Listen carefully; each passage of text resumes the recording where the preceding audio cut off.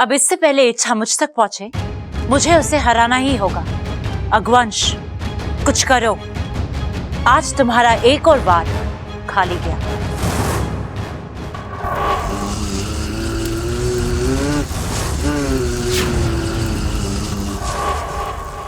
आम आदमी मेरा वार झेल ही नहीं सकते।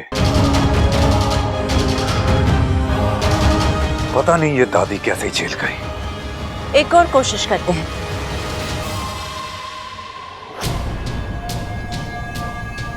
आज मैं दादी के कमरे में जाकर एक दिया रख दूंगी। तुम मौका देखते ही उस दिए में आ जाना, जला देना उस कमरे को। दादी अब इस हालत में नहीं है कि वो कमरे से बाहर जा सके। जलाकर राख कर देना। और हाँ, वो दादी के साथ कोई हो या ना हो, जला देना उस कमरे को। सिर्फ बब्बल को छोड़कर, है ना?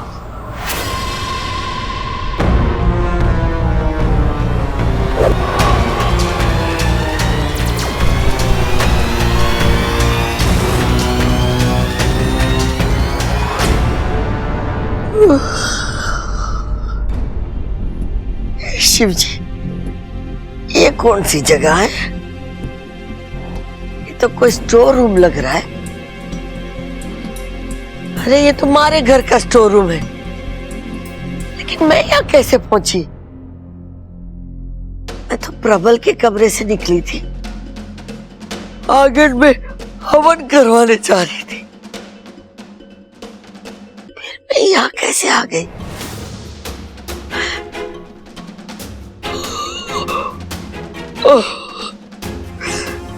कैसे आ गई?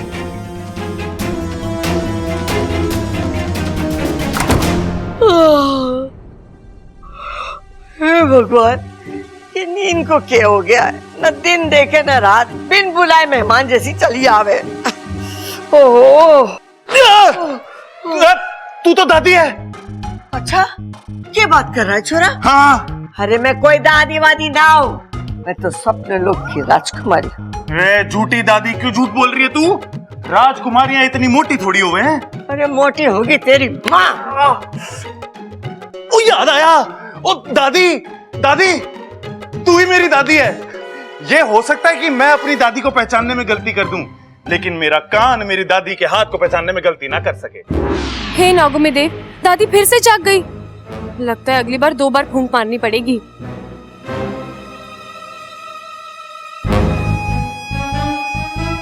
ये हो क्या रहा है?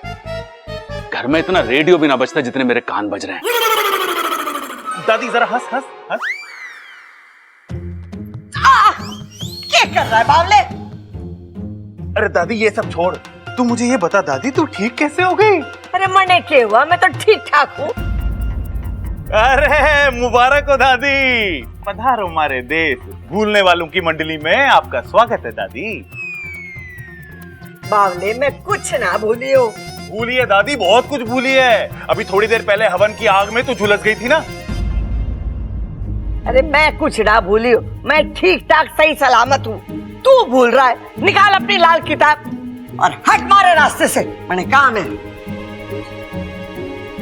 घर के बाकी लोगों ने इन्हें ऐसे देख लिया तो गड़बड़ हो जाएगी, मेरा राज खुल जाएगा। राज? अरे हमारे घर में तो कोई किसी से कुछ छुपाता ना है, फिर ये राज की बात कौन कर रहा है? देखना पड़ेगा। इस बात का तो इस किताब में कोई रिकॉर्ड ही ना है। ये दादी जले हुए भुट्टे से कच्चा भुट्टा कैसे बन गई, पता लगाना पड़ेगा।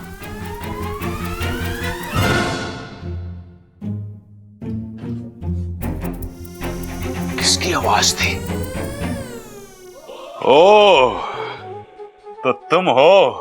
हाँ, मैं हूँ। मैंने तुम्हारा राज पकड़ लिया है।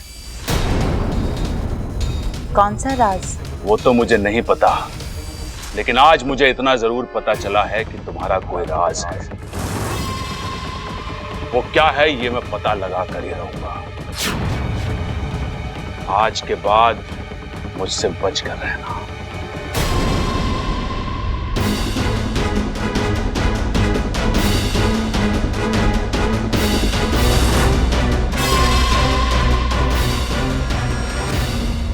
शिव जी की घनी कृपा है हम पर, जो माँ बच गई।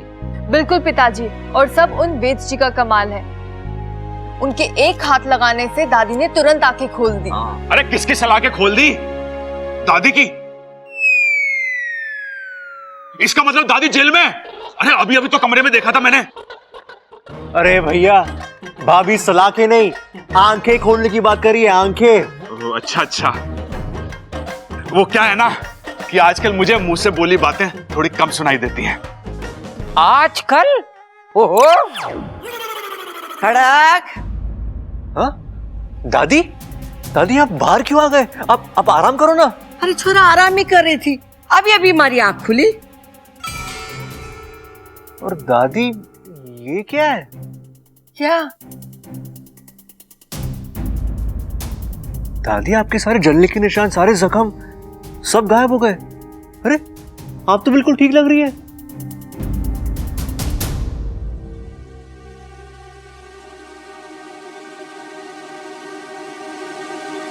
अरे क्या हो गया तुम लोगों को? जिसको देखो बोल रहा है ठीक लग रही हो, ठीक लग रही हो।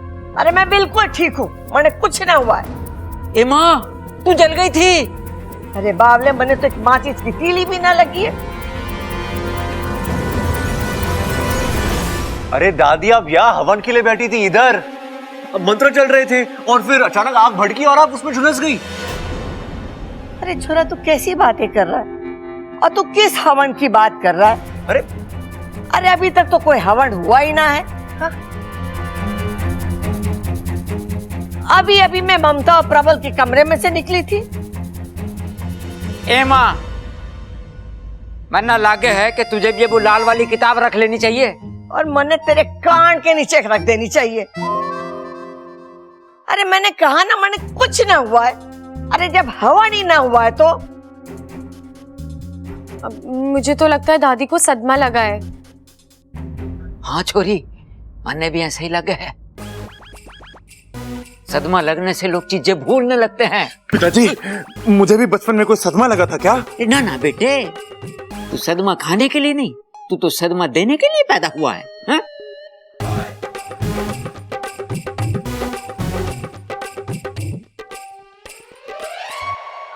अंकल जी, मुझे तो लगता है ये सब उन वैद्य जी का चमत्कार है। चमत्कार? हाँ, चमत्कार। बबल जी, हम दादी जी के लिए कितनी प्रार्थना कर रहे थे, ईश्वर ने हमारी सुन ली और उन चमत्कारी बाबा को भेज दिया हमारी मदद के लिए। उन्होंने दादी को पूरा ठीक कर दिया, यहाँ तक कि उनके दिमाग से उस हादसे की यादें तक मिटा दी।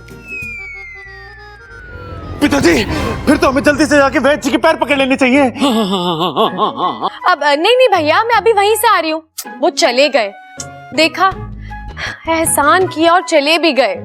अरे तुम लोग क्या बात कर रहे हो? हमारे तो कुछ समझ में ना आ रहा है। अरे ना ना माँ, कुछ समझने की जरूरत ना है, तू सही सलामत है, बस हमारे लिए यही काफी है।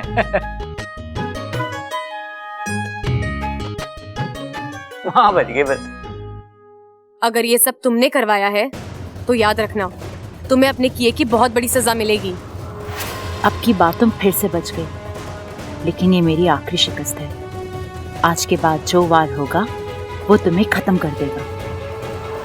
राज हुआ, अब वार की बात हो रही है। हमारे प्यारे घर में ये मारकाट की कौन बात कर रहा है? कौन किसे शिकस्त दे रहा है? कौन किसे परास्त कर रहा है?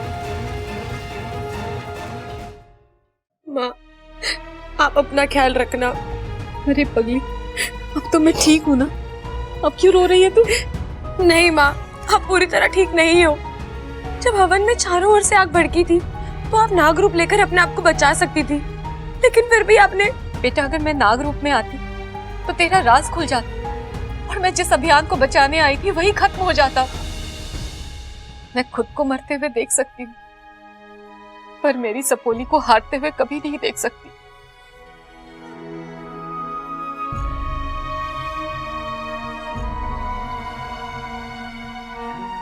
देखना माँ, जिस किसी ने भी आपका ये हाल किया है ना, मैं उसे छोड़ूंगी नहीं।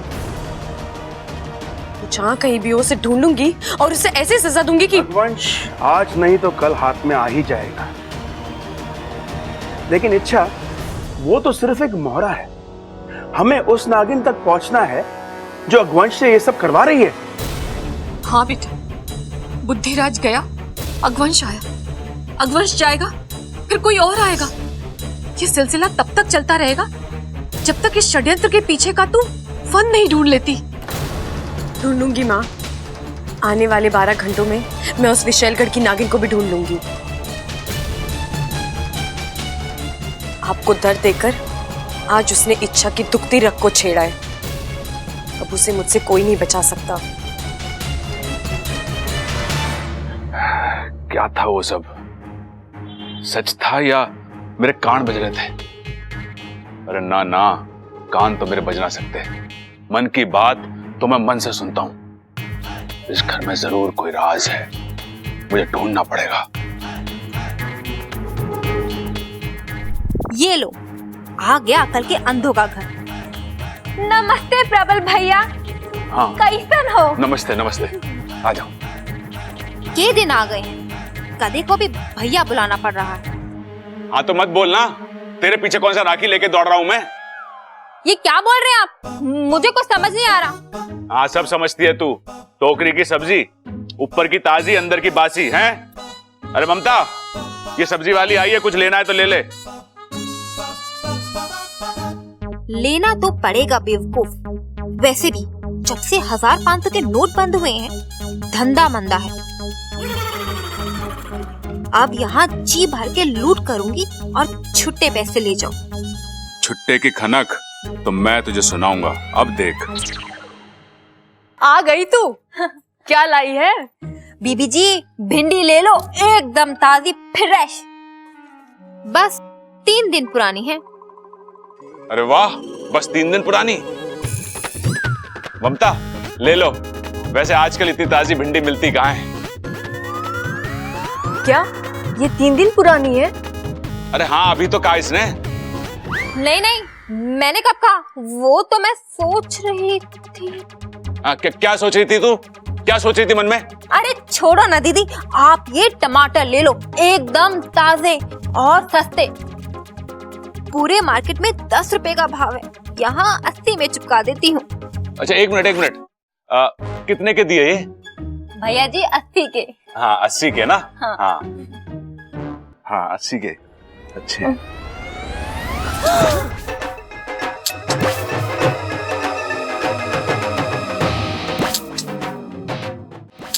अरे भैया, ये क्या कर रहे हैं आप?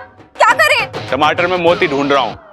अरे टमाटर में भी कभी कोई मोती होते हैं क्या? हाँ, 10 रुपए के टमाटर 80 रुपए में बेचेगी तो मोती होने चाहिए ना उसमें। अरे किसने कहा 10 रुपए के? तूने कहा ना अभी। मैंने नहीं कहा, मैंने तो 80 रुपए के कहे थे। हाँ, तूने ना बोला तो मैंने सुना कैसे? वो मुझे नहीं पता। अबे सांड, जा यहाँ से, 4 पैसे कमाने दे। सांड के घर पैसे नहीं, ठोकर मिले, दूं क्या? दीदी, ये क्या हो गया है इनको? हाँ, मुझे तेरी नीयत पता चल गई है। अब तुझे छुट्टी मिलेगी यहाँ से, चल।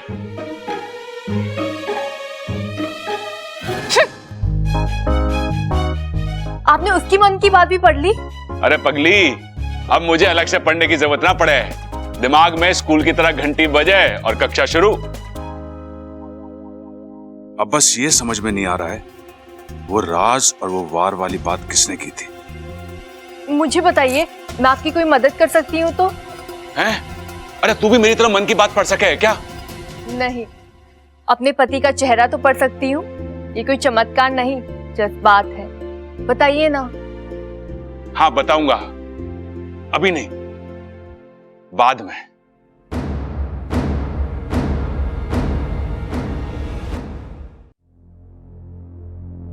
बबल जी, क्या आप बिजी हैं? क्यों? कोई जरूरी काम था तुम्हें? हाँ, आपकी राय जाननी थी। किस बारे में? अपने बारे में। हाँ? मेरा मतलब, मैं आपको कैसी लग रही हूँ? इसमें पूछने वाली क्या बात है? तुम तो हमेशा अच्छी ही लगती हो। सिर्फ अच्छी? क्या मैं आपको खूबसूरत नहीं लगती?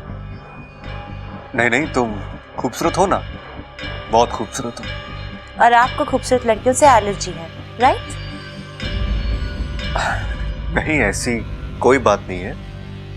तो फिर आप मुझसे हमेशा इतना दूर दूर क्यों रहते हैं? खूबसूरत लड़कियों का आसपास रहना सेहत के लिए अच्छा होता है, आजमा कर देख लीजिए। अमृता, मुझे एक जरूरी काम याद आ गया, तो मैं उनसे बाद में बात करता हूँ। आउच! क्या हुआ? पता नहीं, ये सर में दर्द एक पल में आता है और दूसरे पल में चला जाता है। पता नहीं क्या हो गया है। क्या आप जानते हैं कौन सी बीमारी के लक्षण हैं? अमृता, मैं डॉक्टर तो नहीं हूँ, तो मुझे कैसे पता होगा? कुछ बीमारियों को जानने के लिए डॉक्टर होना जरूरी नहीं होता है। बस मेरी आंखों में देख लीजिए, बीमारी खुद ब खुद समझ आ जाएगी। देखिए ना। अब क्या करूं मैं इसका? कैसे कहूं कि मुझे इन सब बातों में कोई इंटरेस्ट नहीं है? मैं तो ऑलरेडी। बबल! अब दादी आ गई। दादी, अमृता की तबीयत ठीक नहीं है, आप एक बार देख लीजिए, और अगर जरूरत पड़ी तो डॉक्टर को भी बुला लेते हैं। क्या हुआ छोरी? बुखार उखार का चक्कर तो ना है? हाँ, बस वो जरा सा सर में दर्द था। जरूर तूने सुबह से कुछ ना खाया होगा। अरे खाली पेट में भी सर में दर्द हो गए है। ये आजकल की छोरियां भी ना, वो क्या कहते हैं, क्या कहते हैं उसमें, जिसमें वो खाना पीना छोड़ देते हैं। अब दादी, डाइटिंग डाइटिंग डाइटिंग? अरे डाइटिंग वाइटिंग के चक्कर में पड़ के अपनी तबीयत बिगाड़ लेते हैं। अरे मारे तरह खाओ पियो और फूल लो। हाँ, मैं थारे लिए खाना भेजती हूँ। बबल, चल मारे साथ, तेरा काम है वही।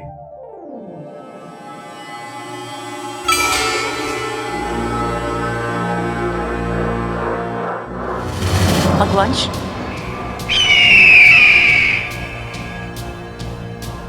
क्या हो गया ऐसे? कहाँ ले जाना चाहता है? क्या दिखाना चाहता है मुझे?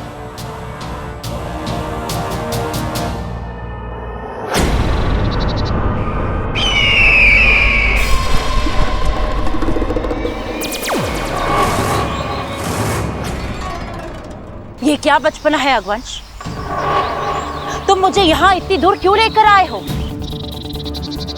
आखिर हुआ क्या है? बात छोटी सी है लेकिन जरूरी है। क्या? आज के बाद अगवंश तुम्हारे लिए काम नहीं करेगा। क्या बकवास कर रहे हो तुम? सच बोल रहा हूं मैं। बहुत पाप कर लिया आज तक, अब प्रायश्चित करना है। अगवंश, पागल हो गए हो तुम? मत मारी गई है तुम्हारी? नहीं, अभी तो अब ठिकाने आई है मेरी। आज के बाद मैं उस परिवार को कोई भी हानि नहीं पहुंचाऊंगा और ना ही तुम्हें पहुंचाने दूंगा। ऐसा अचानक क्या हो गया है अगवंश कि तुम? प्यार हो गया है उस परिवार से मुझे, उन लोगों की अच्छाई से, उनकी सादगी से। अब मैं उस परिवार पर कोई भी आंच आने नहीं दूंगा। अगवंश, तुम मुझे ऐसे बीच में छोड़ के नहीं जा सकते। तुम जानते हो कि उस परिवार का विनाश मेरे लिए कितना जरूरी है, क्योंकि अगर वो परिवार टूटेगा तो वो इच्छा टूटेगी, और जब वो इच्छा टूटेगी तो मुझे नागिस्तान का पता मिलेगा। नहीं, अब ऐसा कुछ नहीं होगा। अब ना तो पहलवान परिवार खत्म होगा और ना ही तुम कभी नागिस्तान पहुंच पाओगी, क्योंकि तुम्हारे हर रास्ते में दीवार बनकर ये अगवंश खड़ा रहेगा। अगवंश! मैं उस परिवार को अपना मान चुका। अब तुम तो क्या, तुम्हारी 10 पुश्तें भी उस परिवार का कुछ नहीं बिगाड़ सकती। अगवंश!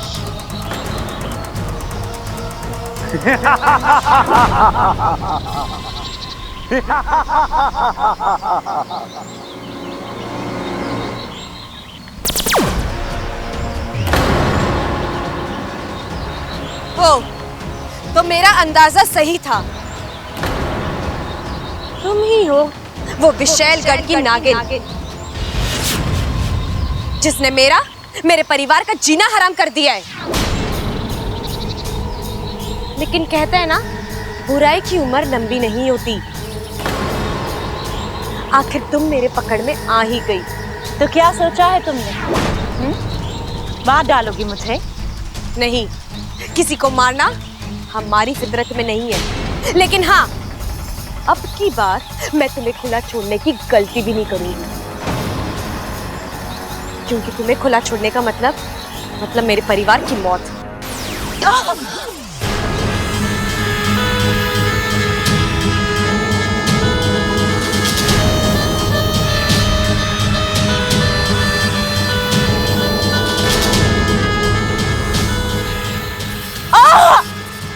आज से, बल्कि अब से तुम हमारी गिरफ्त में हो,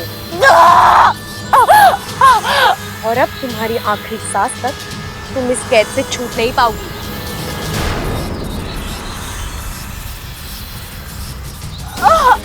गुरुजी, मुखिया जी, ले जाइए इसे।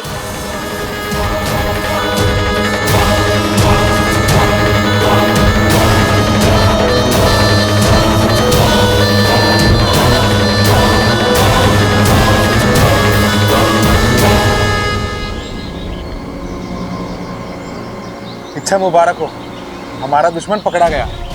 पाकिस्तान भी बच गया और मेरा परिवार भी।